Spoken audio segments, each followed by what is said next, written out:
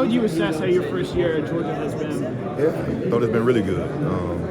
Obviously, I had a lot of familiarity with the guys here on the staff, so that was the easiest part.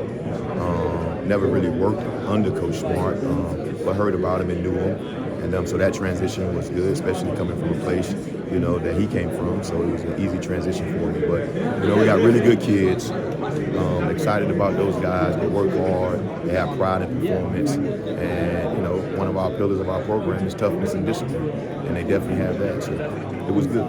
KJ Bolden obviously came in with a lot of expectations this year. How would you assess, and I'm sure he has high expectations for himself, how would you assess that he either met or even exceeded those expectations? Yeah, I think he did a really good job as a freshman. But he is a freshman. And did he have freshman mistakes? Sure. But he's a guy that's continued to grow and grow and grow each day. He's a really good kid. He comes in, he meets extra. Him, Malachi, and Dan spend a lot of time together on exactly how they see different things because, when you're the safety of this defense, you're like the quarterback, and you have to do a lot of communicating on how we plan certain things. And it ain't a right or wrong answer sometimes. Sometimes it is great, all right, but as long as we're on the same page, then it becomes black or white. And so I thought he did a really good job of that. He got to continue to get better, but he's a guy that got a lot of promise. Dan Jackson, senior, started as a walk-on, made a ton of big plays for you guys this year.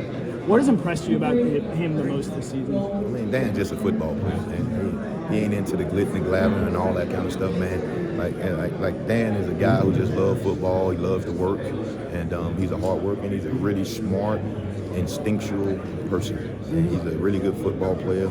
I really appreciate how he goes about his business every day. I got a special place for Dan.